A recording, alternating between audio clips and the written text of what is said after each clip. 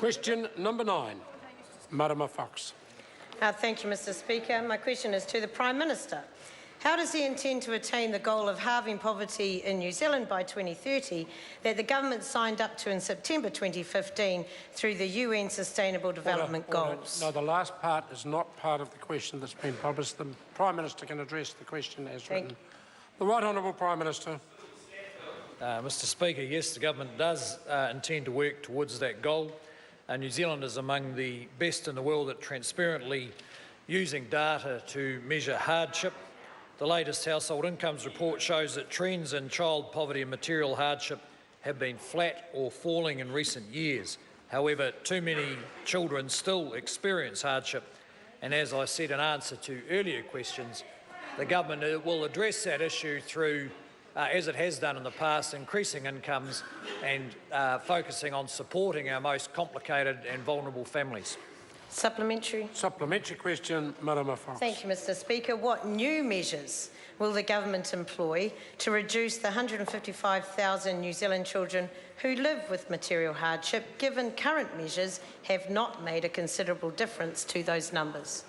The Right Honourable Prime Minister.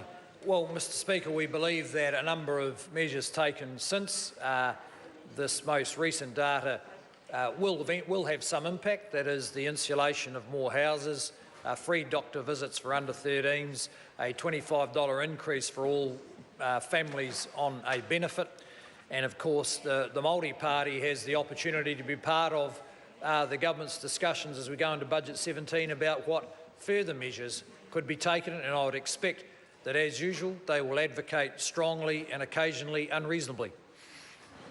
Mr Speaker. Supplementary question, Marama Fox. Thank you. Given that answer, what proportion of the budget in 2017 can we expect to see spent on alleviating extreme material hardship of the 85,000 New Zealand children identified? The Right Honourable Prime Minister. Well, Mr Speaker, the Māori Party, in my experience, bids for all of the budget to start with. But I'm sure that we can come to some kind of reasonable accommodation. But I'll just make this point, that a lot of the progress we can make is not actually about more money.